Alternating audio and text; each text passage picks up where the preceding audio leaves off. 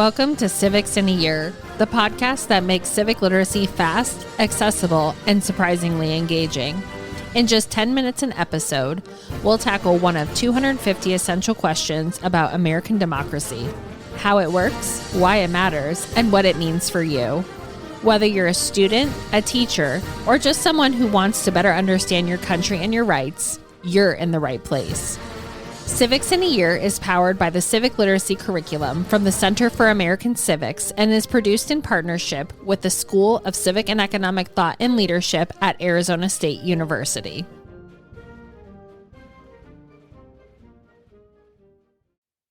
Welcome back, everyone. So today we're talking about the Magna Carta, looking at documents that influenced our government. So we have Dr. Crease back to talk about this. Dr. Crease, today's question is, what is the Magna Carta and how does it influence American ideas about government? Thank you, Liz. Another important question. America is a fascinating and complicated story, and here's another dimension of it. This phrase from Latin about this document, medieval Latin about a medieval document. Magna Carta means the Great Charter, and it's from over 800 years ago. It's from the 13th century in England. It's a royal charter from the King of England from the year 1215 specifically.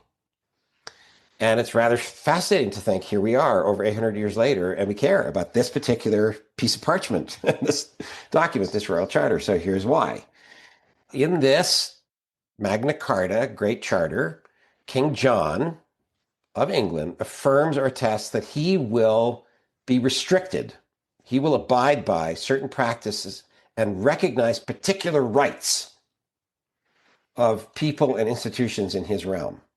So it's about the rule of law and that the king is not an absolute king. He's not an emperor. He's not a despot. He's not a tyrant. He must rule under the law. So this is his public attestation of this. He recognized particular rights of the Christian church.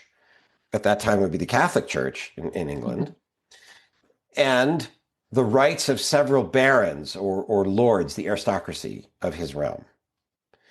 And in effect, it was a political concession. It was out of weakness. It was a statement of limitations on his royal power because he's trying to settle a rebellion of these several barons, and he's got leaders of the church, bishops and others, not happy with him about particular things. So it was important at the time, but it was not extremely important. Nobody knew in 1215 when he's signing this, oh my gosh, this is going to change world history going forward, right? This is just another conflict between the barons and the church and the king. And there were other royal charters, right? Why has this one become the Magna Carta, the Great Charter? Why is it reissued by later kings? Well, over time in the development of English political history, this question becomes crucial. What is the meaning of our political kingdom? How much is it governed by law, and how much is it governed by the king and this royal family? And a phrase eventually develops in English political thought and debate that we have a constitution. We have an English constitution. And the Magna Carta of 1215 becomes a crucial kind of touchstone or pillar to capture the meaning of England. We are a people and a land and a kingdom of political liberty under law. There are rights that the king must recognize under law. And historians will say a kind of political mythology develops, or a kind of political narrative or story develops around Magna Carta. It was never that important in the 13th century, the 14th. I don't want to get into all that. Just the reality politically is it becomes important. And it gets invoked, especially by common law jurists and thinkers and advocates in the 16th century and especially in the 17th century. And that's where America comes in.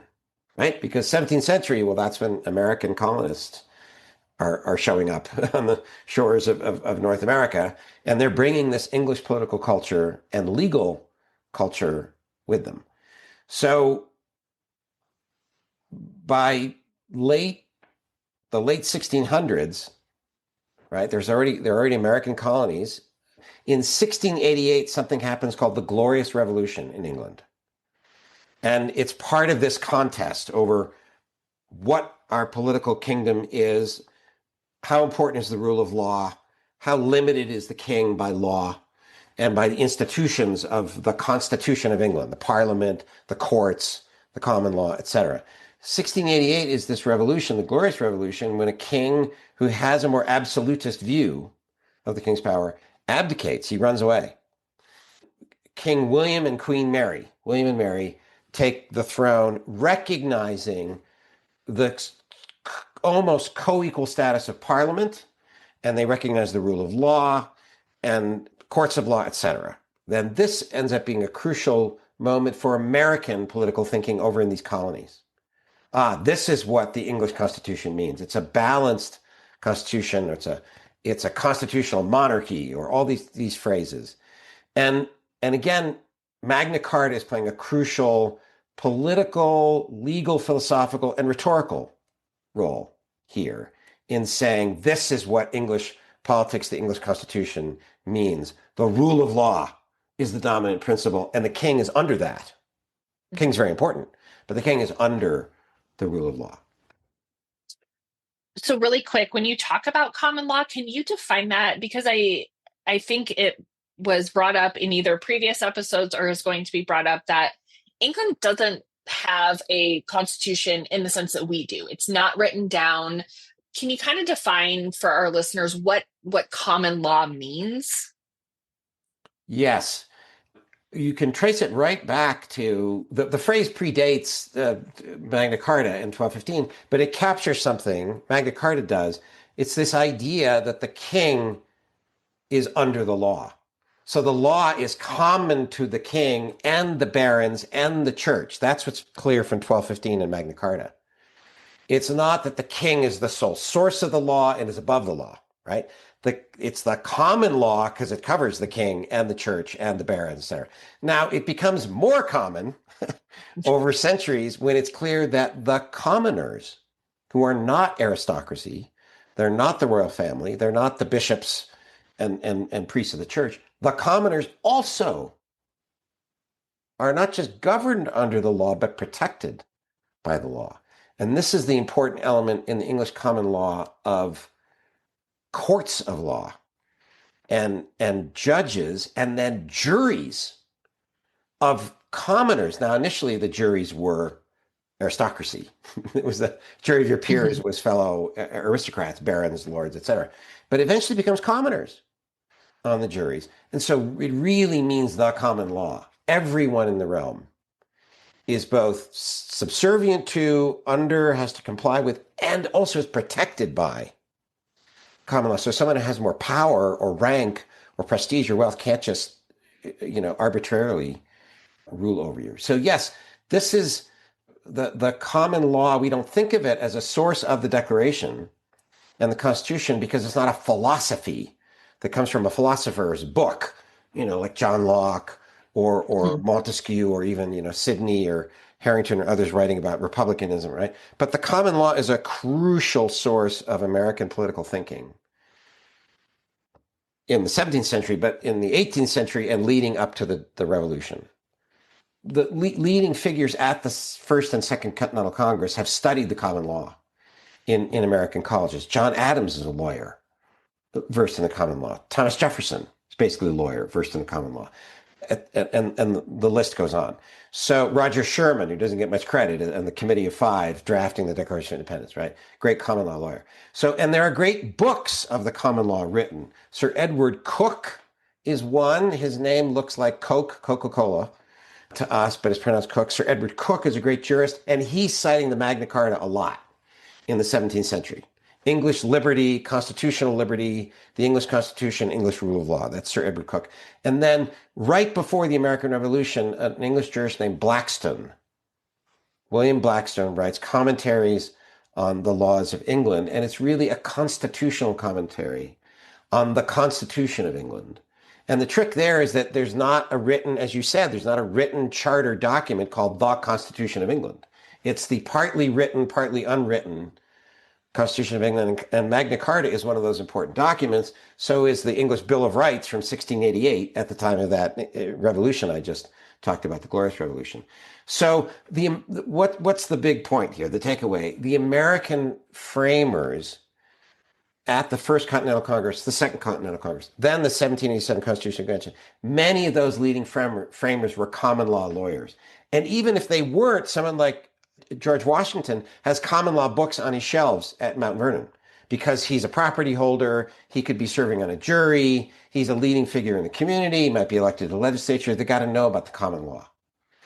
So, and again, Americans take particular pride in rule of law and the importance of courts, lawyers, juries. I mean, just think today, here we are, 800 years after Magna Carta. Think of how important lawyers are.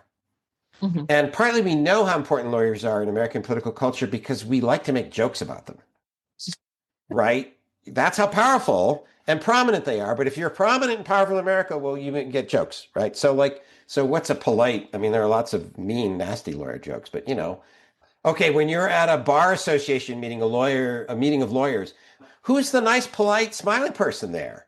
Answer: the caterer. Right? I mean, lawyers are mean, nasty, powerful people, right? But lawyers, they'll take pride in those jokes because they're a pillar of our civic political order and an independent judiciary. Americans invent it. We take it from the British, but we really make it official, separate written constitution with state constitutions with an independent judicial branch, federal constitution with independent judicial. All that's coming from the common law tradition. So you're saying essentially that this is a particular English-British history that shapes America's origin. I mean, even you say we go back to 1215, that's a long time, but it's really important for all people anywhere who are interested in political liberty and the rule of law, correct? Yes. I mean, the display of the Magna Carta at the American National Archives, as there's an historian, Pauline Maier, who refers to the Declaration of Independence. She wrote a history about the Declaration of Independence just in the past few decades. But the title of that book is American Scripture. Okay. Mm-hmm. So, and the display at the National Archives, these are like sacred documents. The Declaration, the Constitution, the Northwest Ordinance of 1787. But there's this English stuff, it's medieval, 13th century English document. So these are crucial touchstones for the meaning of our political culture, constitutional order. And then when Magna Carta turned 800 a decade ago in 2015, there are celebrations, of course, in England and in America and elsewhere in the world. This is an important document around the world, not just for the English and the British to be proud of, because it stands for this principle of liberty under law and the rule of law. So, my grandparents, on my father's side, my grandparents came they were poor people from southern Italy. And on my mother's side, they came from Ireland and from Germany. And Americans and have always brought people from many countries, and especially in the 20th century and 21st century, all over the globe, right? But this history matters. Because if you want to get to America, you want to come to a land of liberty and the rule of law and opportunity. And Magna Carta and then the common law tradition and in the English constitution tradition is a crucial source of that. And then once our revolution happens, well, the idea starts to spread. From 1776 comes the age of revolutions. Revolution in Haiti, the French Revolution, other revolutions for liberty in Europe and elsewhere in the world. Now, I do want to say a couple of things. Again, the common law is a complicated historical tradition. 13th century is not the beginning of the common law. It has origins earlier than that. And it develops for 4 centuries after that till you get to America and the American Revolution and the dispute about what the meaning of the British Constitution is. So it's a complicated constitutional tradition and legal tradition, and the common law mind is comfortable with putting together things that we academics don't think easily put together. History and historical development with some crucial philosophical principle like rights of individuals, with some idea from Christianity or the biblical tradition, with natural law, etc. Right?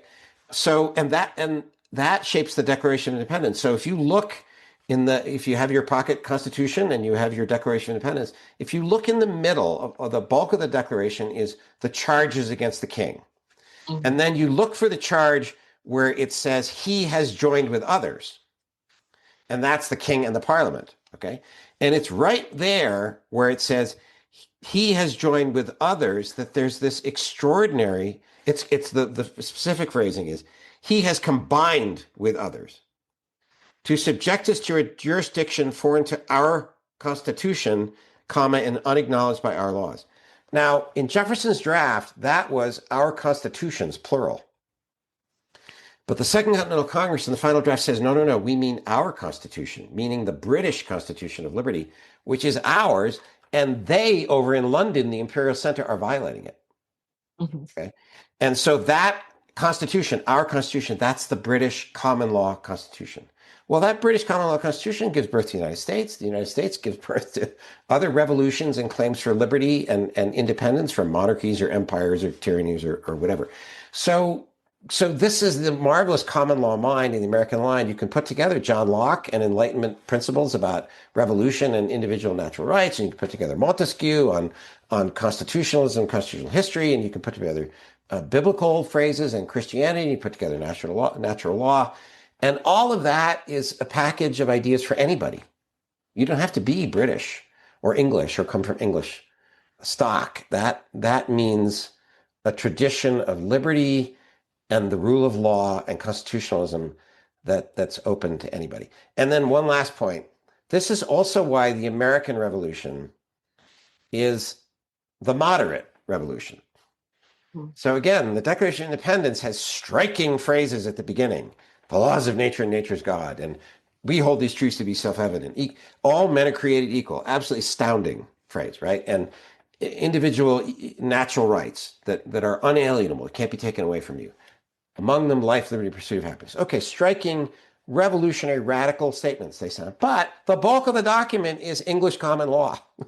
All the ways in which the king has violated these acknowledged, accepted, centuries-old principles of law. And then this phrase in the middle of it, our Constitution. Okay, that makes the American Revolution moderate because our revolution is not to completely overturn pull up from the roots. That's what radical means, from the roots, mm-hmm. and start completely from scratch. That's eventually what happened in the French Revolution from 1789 onward, right? And other revolutions, the Russian Revolution you can think of, completely mm-hmm. radical, ripping up the roots, completely starting over. The American Revolution is the moderate revolution because our claim is that, look, we all had a good thing here. London to the American colonies, you screwed it up, you people in London, and we have to separate.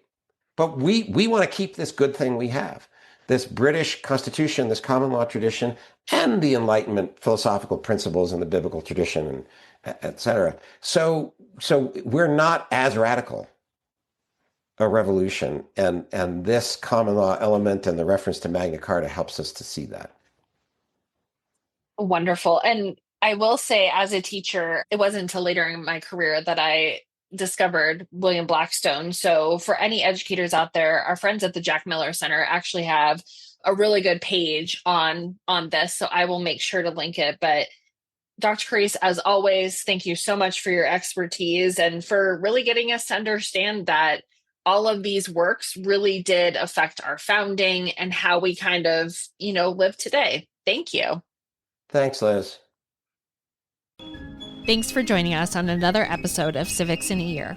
If you enjoyed this episode, be sure to subscribe and share it with someone who cares about a constitutional republic as much as you do. For more episodes, resources, and updates, follow us on social media or visit us at civics.asu.edu. Make sure to check out the show notes for any relevant links. Special thanks to the United States Marine Band for their performance of the Stars and Stripes Forever. Let's keep building a stronger constitutional republic, one episode at a time.